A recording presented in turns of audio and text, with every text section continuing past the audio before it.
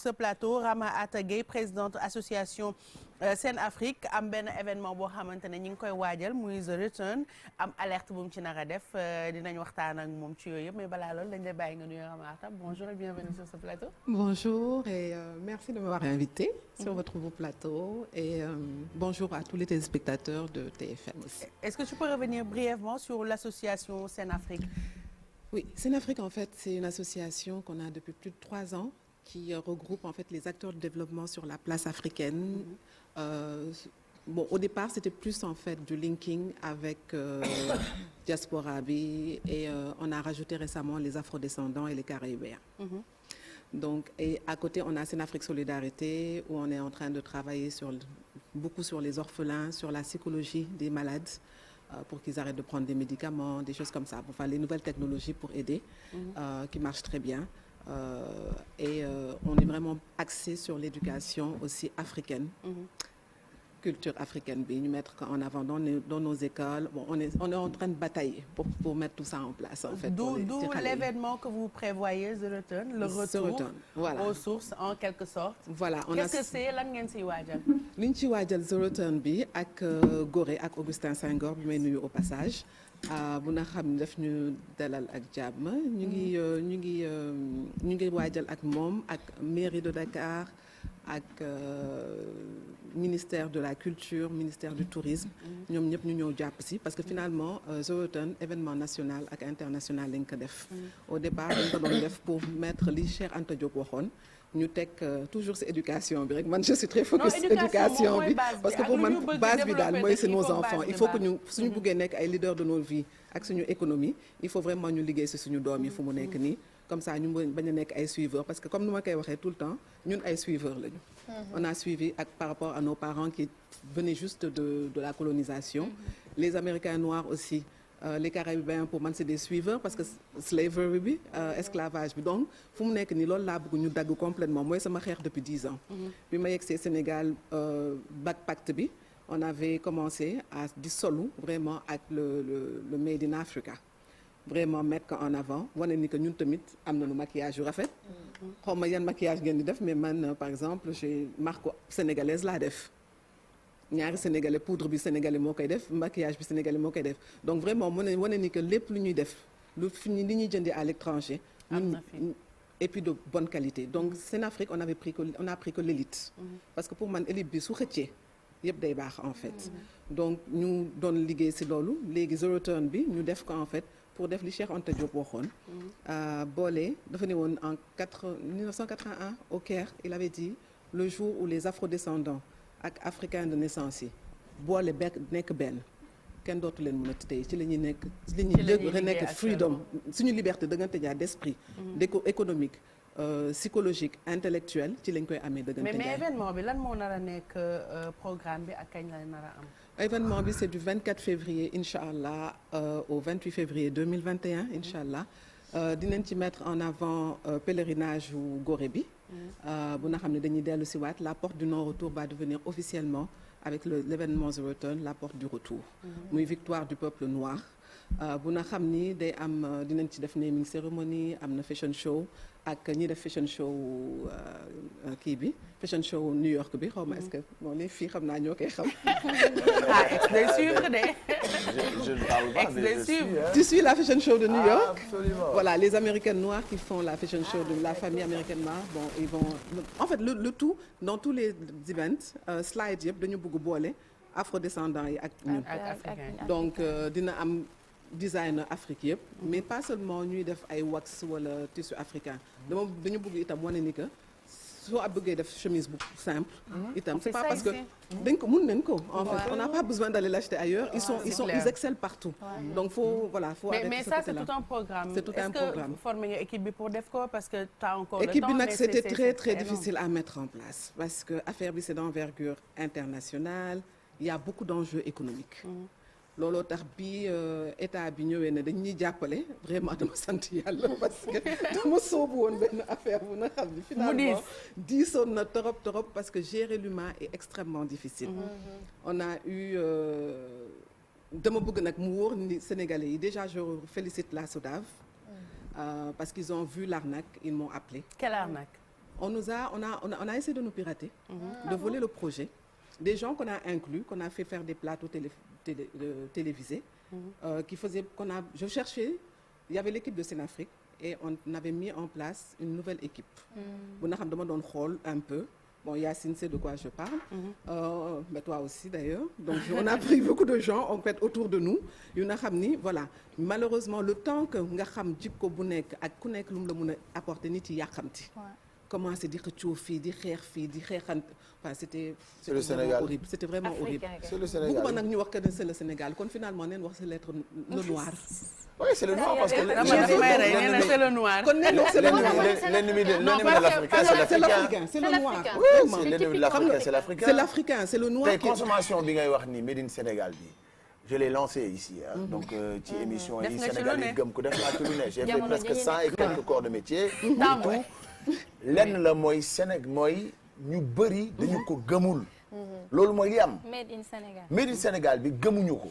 parce que Made in Sénégal maa ngi ñëw je ne parle pas pour 3 personnes. Non, en général je pense que maintenant non xaaral parce que man xam naa li ngay casse de mais j'ai observé que maintenant on est fier de porter quelque chose et de marquer même sur les réseaux sociaux que c'est du Made in Sénégal et je pense que liggéey nga si liggéey bu am solo et que ça commence à changer un peu. Là où je veux en venir. xoolal man xoolal sama blouson bu rafet beeg sama robe bu rafet. Boo leen ma déglu ma bàyyi Made in Sénégal.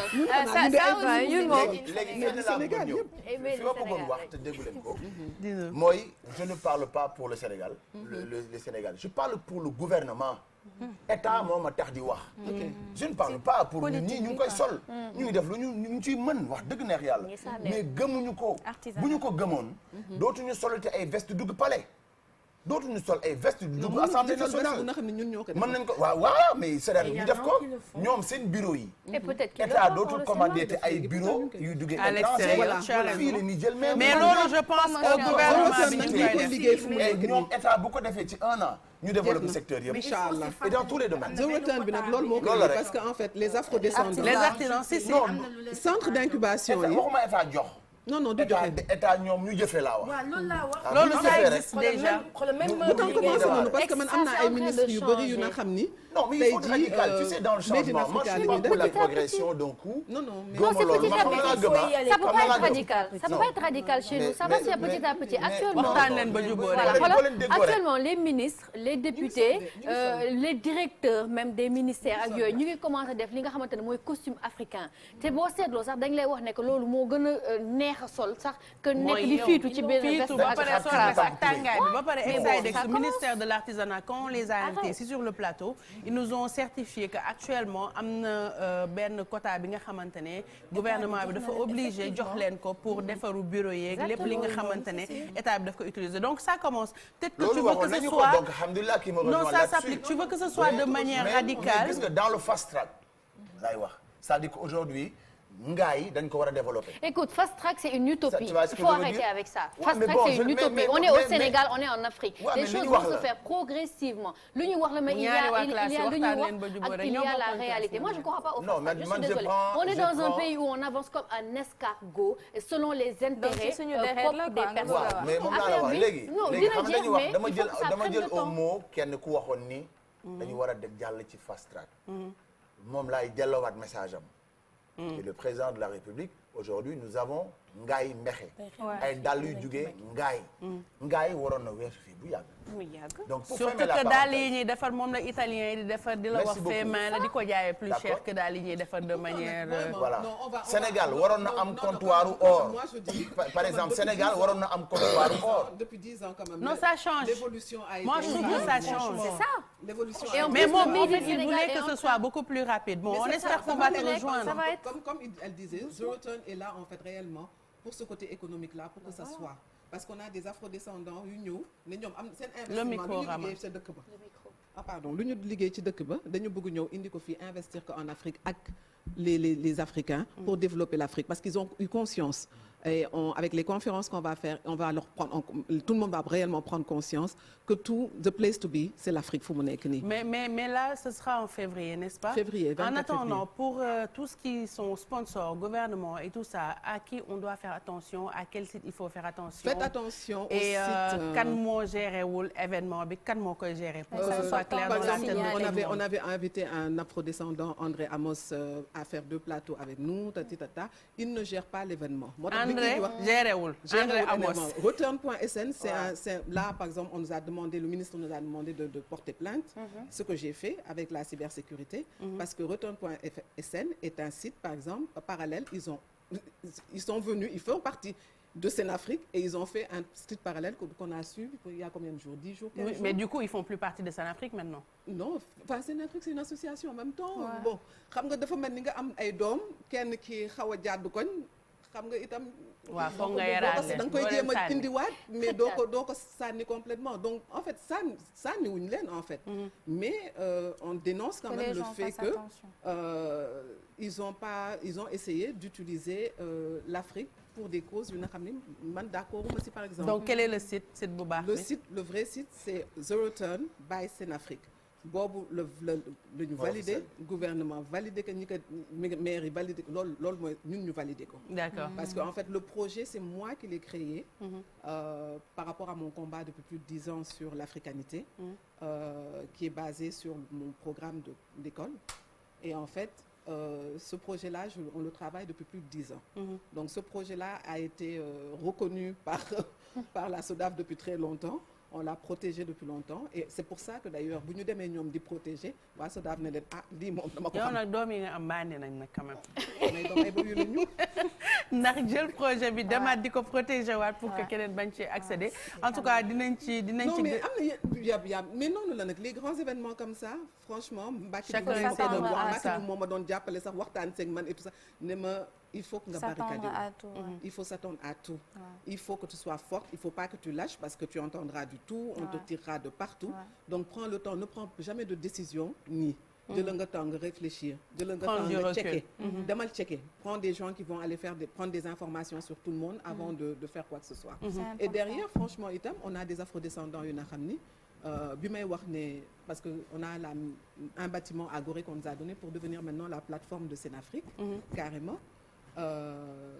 buñ koy wax lan la ñu wax daf ñu ne man jëluma benn je ne relève pas un dites-nous combien coûte la rénovation de Gorée.